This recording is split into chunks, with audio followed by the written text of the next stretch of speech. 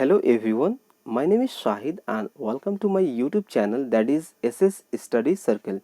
Guys, I hope you all are doing well and today I have come up with a new poem that is Asleep in the Valley, which has been written by a French poet Arthur Rimbaud.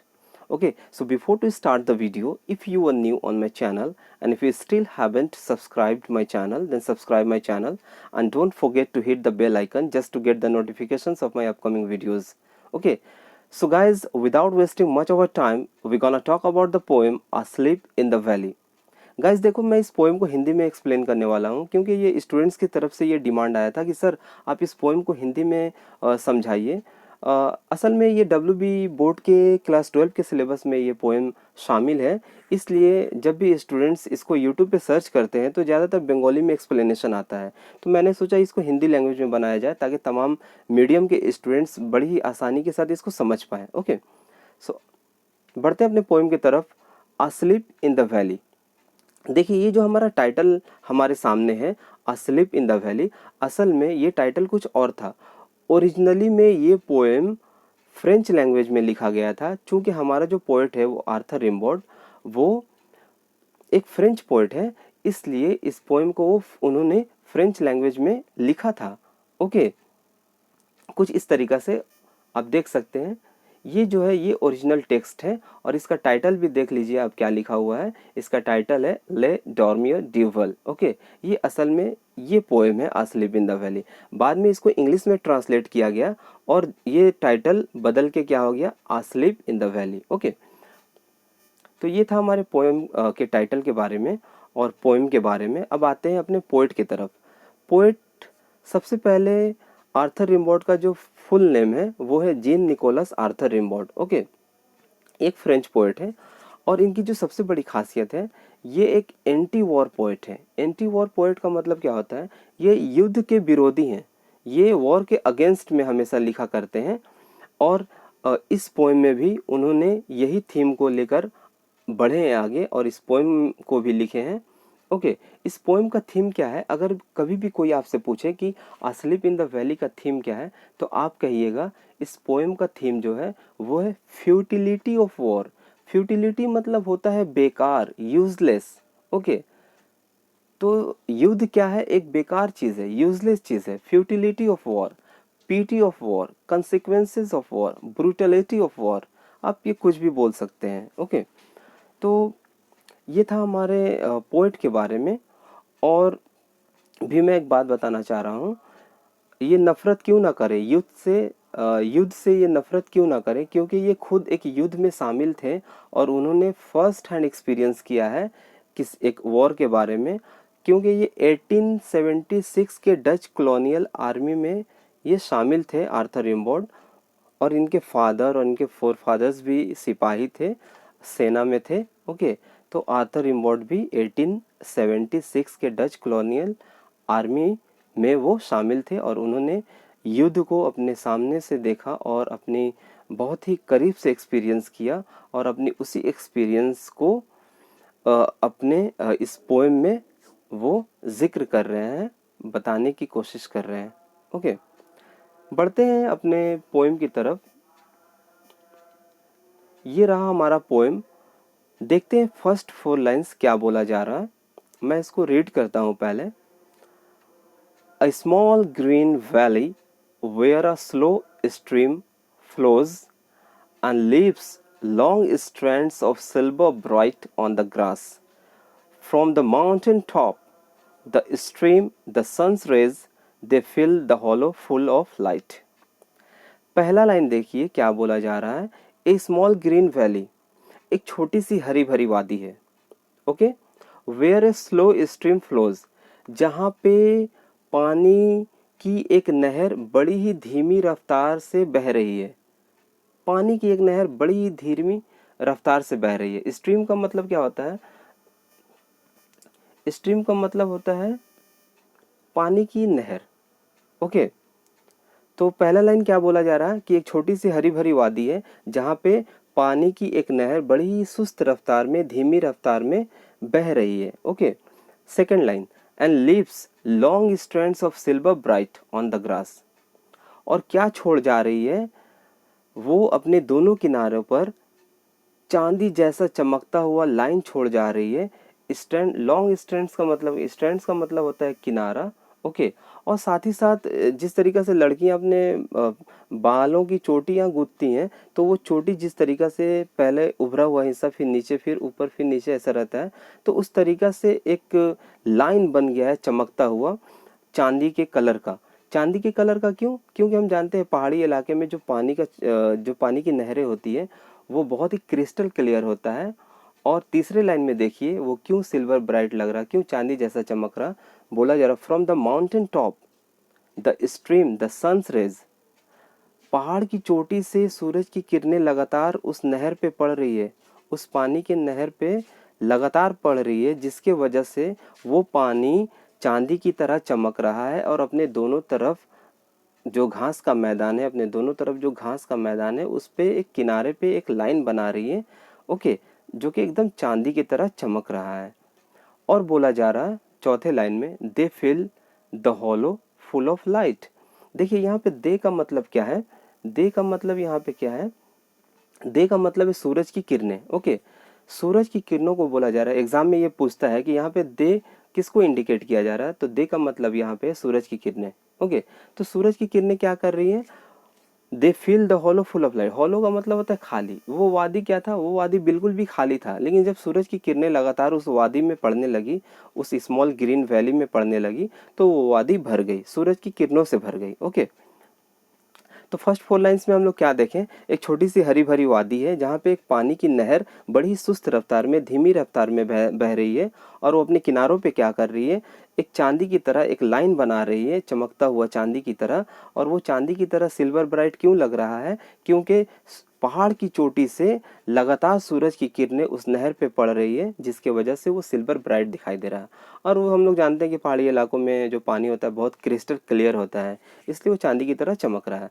और इस जो हरी भरी जो small green valley है, इसको भर कौन रहा है? सूरज की किरणें भर रही है। ओके। तो ये 4 लाइन, पहला 4 लाइन ये था। मैं उम्मीद करता हूँ आप लोगों को समझ में आ गया होगा। बढ़ते हैं अपने नेक्स्ट स्टैंजा की तरफ। असल में देखिए जो पहला जो 4 लाइन है उसमें पोएट क्या किया है? कुदरत के एक हसीन नज़ारा को हमारे सामने रख रहा है, स्प्लेंडर ऑफ नेचर को रख रहा है। और वो एक कुदरत के बेहतरीन खूबसूरत नज़ारा की तस्वीर खींच रहा है। और क्यों खींच रहा है उसके पीछे कारण भी है, और वो हमको हमारे नेक्स्ट स्टैंजा से हमको समझ में आ जाएगा। यहाँ पे पोएट स्प्लेंडर ऑफ नेचर को दिखाकर देखिए सेकंड स्टैंजा में क्या बोल रहा है। पोएट बोल रहा, a soldier very young lies open mouthed. उसी कुदरत के उसी बेहतरीन नज़ारे में, उसी हरी भरी वादी में एक जवान, एक सिपाही पड़ा हुआ है, जो कि बहुत जवान है, बहुत यंग है, उसकी उम्र कम है। ओके। और कैसे पड़ा हुआ है? मुंह खोले पड़ा हुआ है, ओपन माउथेड। मुंह खोले पड़ा हुआ है, उसका मुंह खुला हुआ है, ओपन माउथेड है। ओके। देखते हैं नेक्स्ट लाइन क्या बोला जा रहा। A pillow made of fern beneath his head. एक पीलो, पीलो का मतलब होता है तकिया, हम लोग जानते हैं पीलो का मतलब होता है तकिया। फन का मतलब यहाँ पे होता है घास की झाड़ियाँ। बीनीथ मतलब होता है नीचे। ओके। और बीनीथ हिज हेड, हेड मतलब सर, आप जान ही रहे। तो वो जो सोल्जर, जो यंग सोल्जर है, उसके उसके सर के नीचे, उसके सर के नीचे एक तकिया है। और वो तकिया किस चीज़ का है? घास का है। हमारी तरह तकिया नहीं है, जैसे हमारे बिस्तरों पे जो तकिया होता है वैसा तकिया नहीं है। उसका जो तकिया है वो घास ही उसका तकिया है। चूंकि वो उस हरी भरी वादी में वो खुला पड़ा हुआ है, मुंह खोले पड़ा हुआ है, इसलिए उसका जो सर के नीचे जो तकिया है वो घास का है। ओके। अस्लीप, इस तरीका से वो पड़ा हुआ है। Stretched in the heavy undergrowth. Stretched का मतलब क्या होता है? फैला कर पड़ा हुआ है, मतलब अपने हाथ पांव को पसारे पड़ा हुआ है, उसका मुंह खुला हुआ है, हाथ पांव पसारे हुए। इन the heavy undergrowth, heavy undergrowth का मतलब क्या हुआ कि जो वहाँ पे जो घास, छोटी छोटी घास है, तो वो घासों के बीच में वो पड़ा हुआ है। तो सभी घास दब गई है और वो वहाँ पे पड़ा हुआ है, तो in the heavy undergrowth. Okay. Pale in his warm green sun soaked bed. Pale in his warm, pale का मतलब क्या होता है? मुरझा पड़ जाना, मुरझा जाना। उसका चेहरा मुरझाया हुआ है, इन इज वार्म, लेकिन उसका बॉडी जो है गर्म है। ओके। तो उसका बॉडी गर्म है लेकिन उसका चेहरा मुरझाया हुआ है। ग्रीन सन सोक्ड बेड, और उसका बिस्तर क्या है? अभी हम लोग देखें कि उसका एक तकिया है, तो उसके तकिए के साथ साथ उसका एक बिस्तर भी है। और वो बिस्तर कैसा उसका बिस्तर है? उसका बिस्तर कोई और बिस्तर नहीं है, हमारी तरह बिस्तर नहीं है। उसका बिस्तर भी वही है, घास। चूंकि वो घास के ऊपर पड़ा हुआ है तो उसका बिस्तर भी घास है, उसका तकिया भी घास है, उसका बेड भी घास है, उसका पिलो भी घास ही है। ओके, लेकिन यहाँ पे बोला जा रहा है सन सोक्ड बेड। सन सोक्ड बेड का मतलब यह, सोक्ड मतलब होता है सोख लेना, सोक्ड मतलब सोख लेना। अब चूंकि उस वादी में सूरज की किरणें लगातार पड़ रही हैं, तो उस वादी की जो घास है वो गर्म है, वो सूरज की किरणों को सोख लिया है और वो गर्म है। और उसी बिस्तर पे वो लेटा हुआ है, वो जवान सिपाही मुंह खोले हुए, अपने हाथ पांव को पसारे हुए वो लेटा हुआ है। कहाँ लेटा हुआ है? एक तकिया के साथ और एक बिस्तर के साथ।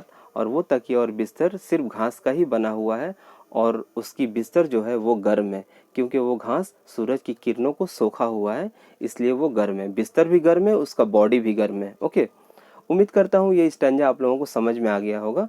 बढ़ते हैं अपने अगले स्टैंजा की तरफ। ओके, यहाँ पे देखते हैं हम, his feet among the flowers, his स्लीप्स। बोला, अब उसके पाँव के बारे में बताया जा रहा। उस सोल्जर का जो पाँव है वो फ्लावर्स के बीच में है, फूलों के बीच में है। चूंकि वो वादी है तो वो उस वादी में बड़ी बड़ी घास है, छोटी बड़ी घास है, और साथ ही साथ छोटे छोटे फूल के भी पौधे हैं। तो उसी फूलों के पौधों के बीच में उसका पाँव है। ओके, और ही स्लीप्स, उस तरीका से वो सोता है, वो इस तरीका से सोता है कि उसका पाँव फूलों के बीच में है।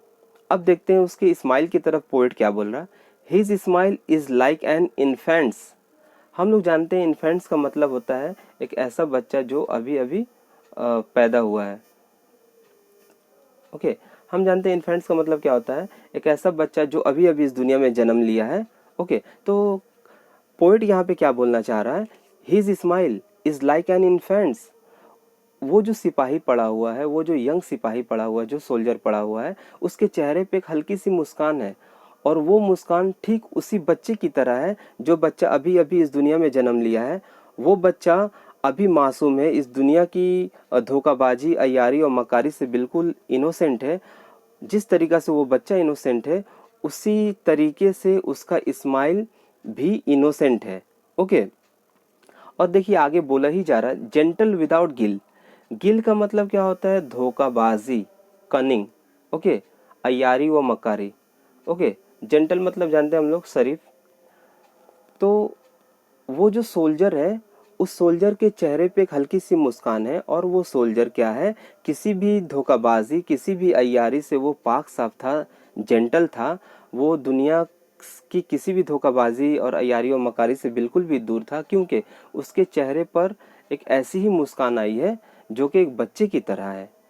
असल में यहाँ पे पोएट क्या दिखाना चाह रहा है कि वो जो सिपाही पड़ा हुआ है, वो सिपाही के चेहरे पे एक हल्की सी मुस्कान है, और वो मुस्कान को देखकर ये पता चलता है कि वो सिपाही बहुत इनोसेंट है और वो किसी भी दुनिया की धोखाबाजी से दूर है। ओके, अब देखिए बाद में क्या बोला जा रहा, आह नेचर कीप हिम वार्म, ही मे कैच कोल्ड। अब हम जान रहे हैं कि वो एक वादी में पड़ा हुआ है, तो वो खुला आसमान में पड़ा हुआ है। तो यहाँ पे पोएट बोलना चाह रहे हैं कि आह नेचर, यहाँ पे पोएट नेचर से, प्रकृति से रिक्वेस्ट कर रहे हैं, आह नेचर कीप हिम वार्म, इसके बॉडी को गर्म रखिए, ही मे कैच कोल्ड।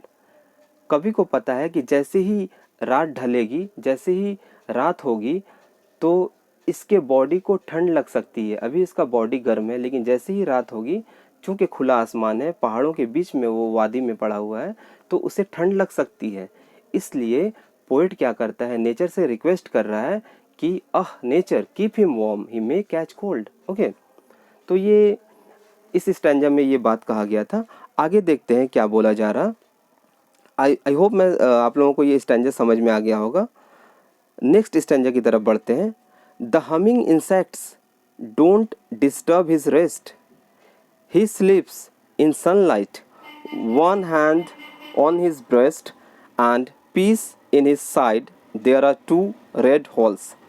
बोला जा रहा है the humming insects. The humming insects का मतलब यहाँ पे क्या होता है, आप लोग देख लीजिए। हमिंग इंसेक्ट्स का मतलब होता है कि झाड़ियों में और घास फूस में उसके चारों तरफ बहुत बड़े छोटे छोटे कीड़े मकोड़े होते हैं, और वो आवाज़ करते हैं, भन भन की आवाज़ करते हैं। हमिंग इंसेक्ट्स उनको बोला जाता है। तो यहाँ पे बोला जा रहा है the humming insects don't disturb his rest. Okay, the humming insects don't disturb his rest. Poet यहाँ पे कहना चाह रहा है कि वो कीड़े मकोड़े जो भन भन की आवाज़ करते हैं, यहाँ तक कि उस सिपाही के चारों तरफ उस किस्म के कीड़े मौजूद हैं, क्योंकि वो चारों तरफ घासों से घिरा हुआ है और घास पे ही पड़ा हुआ है, तो उसके चारों तरफ कीड़े मकोड़े हैं, लेकिन वो कीड़े मकोड़े इसके रेस्ट को डिस्टर्ब नहीं कर रहे हैं। वो इस तरीक़ा से सोया हुआ है, ऐसे सुकून की हालत में सोया हुआ है कि उसे भन भन की आवाज़ करने वाले कीड़े मकोड़े भी उसके नींद को नहीं खोल पा रहे हैं। ओके, उस सोल्जर को, उस सिपाही को उठा नहीं पा रहे हैं। ओके, नेक्स्ट लाइन देखते हैं। ही स्लीप्स इन सनलाइट। वो सोता है सूरज की रोशनी में सोता है। हमें पता है कि सूरज की रोशनी पहाड़ की चोटी से लगातार आ रही है और वो आदि भी सूरज की रोशनी से भरा हुआ है, इसलिए वो सूरज की रोशनी में सो रहा है। और किस तरीक़ा से सोता है? One hand on his breast. एक हाथ उसके ब्रेस्ट में है, यानी कि उसके सीने पे एक हाथ है, कुछ इस किस्म से आप देख सकते हैं। इस तरह से उसका उसका एक हाथ सीने पे है, आप देख सकते हैं। इस तरीक़ा से वो सोया हुआ है। One hand on his breast at peace. बड़ी सुकून की हालत में सोया हुआ है। लास्ट लाइन आप थोड़ी सी ध्यान से देखिएगा। लास्ट लाइन में पोएट तमाम चीज़ों को कंक्लूड करने की कोशिश किया है। ओके, तो देखिए वो सोया हुआ है, एक सीने पे हाथ रखा हुआ है और बहुत ही सुकून की हालत में सोया हुआ है। ओके, बोला क्या जा रहा है, देखिए हम यहाँ से फिर बता रहा हूँ मैं आप लोगों को।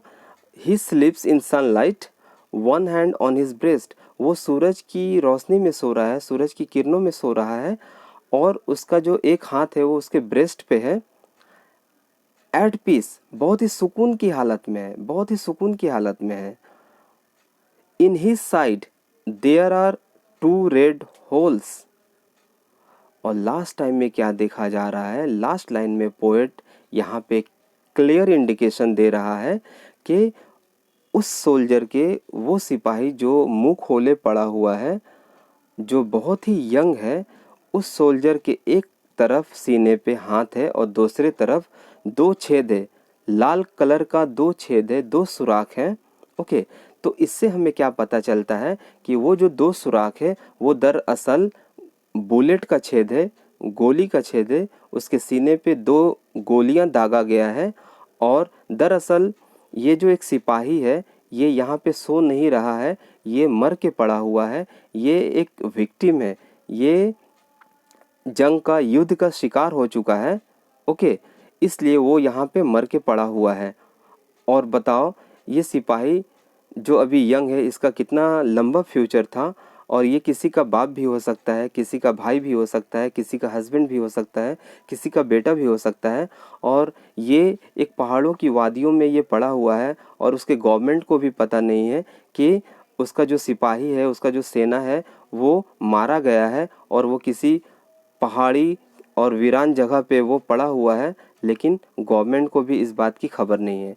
यही पैगाम को लेते हुए, इस एक सिपाही को दिखाते हुए एज एन एग्जाम्पल, पोएट क्या करना चाह रहा, पोएट एक मैसेज देना चाह रहा है कि इस दुनिया में जंग नहीं होना चाहिए, युद्ध नहीं होना चाहिए।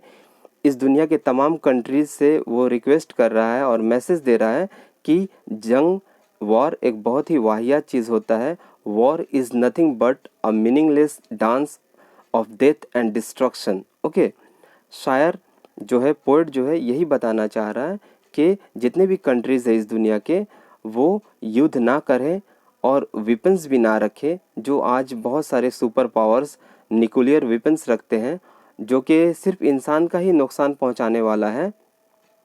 इसलिए पोएट मैसेज देता है हर कंट्री को कि वो अपने वेपन्स को भी कम करे और वॉर से एकदम परहेज़ करें। कोई भी कंट्री किसी भी वॉर में इन्वॉल्व ना हो। ओके, अगर वीडियो पसंद आया होगा तो वीडियो को लाइक करना ना भूलें। Thanks for watching everyone, thanks a lot.